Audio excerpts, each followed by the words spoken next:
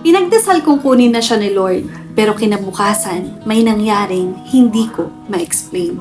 Hi, ako si Irene, at ito yung isa sa pinakamabigat na part ng kidney journey namin.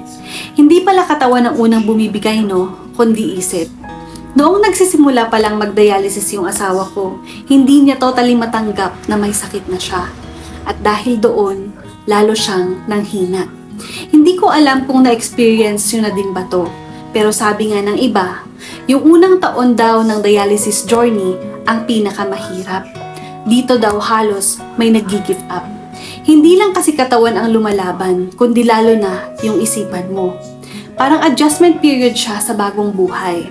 Sobrang hina na ng katawan ng asawa ko noon. Halos buwan-buwan nasa hospital kami, paulit-ulit yung confinement niya, paulit-ulit yung nararamdaman niyang sakit. Hanggang sa dumating ako sa point na awang-awa na din talaga ako sa kanya. Umiiyak na lang ako lagi noon, pero patago syempre, para hindi niya makita. Nagdasal talaga ako kay Lord. Sabi ko, Lord, kung hindi mo na siya pagagalingin, kunin mo na siya. Ayoko na siyang nakitang nahihirapan pa. Pero kung pagagalingin mo siya, palakisin mo siya. Totoo pala no, kapag sobrang mahal na mahal mo yung tao, darating ka sa point na kaya mo siyang i-let go. Basta hindi mo lang siya makitang nasasaktan. At alam nyo kung ano nangyari kinabukasan? Nasa ambulance kami, papuntang dialysis center. May nakausap kaming isang dialysis patient. At ang sabi niya, bago siya no, ganyan talaga kapag hindi mo pa natatanggap, lalo kang manghihina.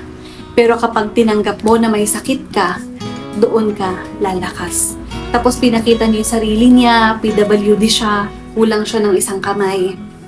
Pero nag-work pa rin kahit nagda-dialysis. Narinig yun ng asawa ko at doon may nagbago. Hindi biglaan actually, pero unti-unti lumalakas siya. Parang may switch na nag-on, parang ganun siya. Minsan, hindi sakit ang tunay na kalaban, kundi kung paano mo tinatanggap ang mga nangyayari sa buhay mo. Kung may pinagdadaanan ka ngayon, baka ito na yung sign na kailangan mong marinig. Follow mo ako, ibabahagi ko pa kung paano siya tuluyang lumakas at nakasurvive sa journey na to. So yun lamang po for today and thank you so much for watching. Bye!